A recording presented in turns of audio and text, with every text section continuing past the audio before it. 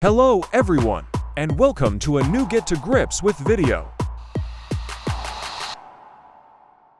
In this video, we will talk about what Microsoft Word is and quickly overview the history of Microsoft Word. Before we dive in, be sure to like this video and subscribe to our channel, and let's get started. So, what is Microsoft Word? Microsoft Word is a powerful word processing application that allows you to create, edit, format, and share professional-looking documents. It's a popular tool used in homes, offices, and schools across the globe.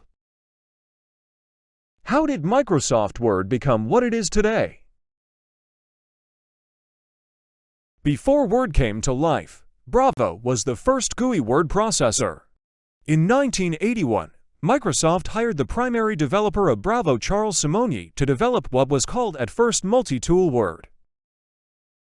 In 1983, Microsoft announced Multi-Tool Word for Xenix, which is a discontinued version of the Unix operating system and Microsoft's own MS-DOS.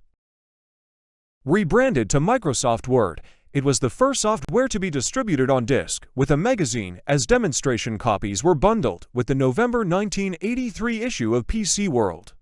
In 1993, Word 6.0 was released and was the last numbered version.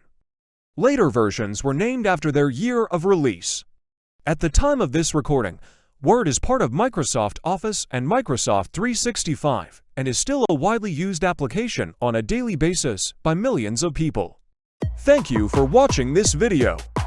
In the next video, we will explore Microsoft Word Start Screen, so make sure to check our other videos and don't forget to like and subscribe and follow us on social media. See you then.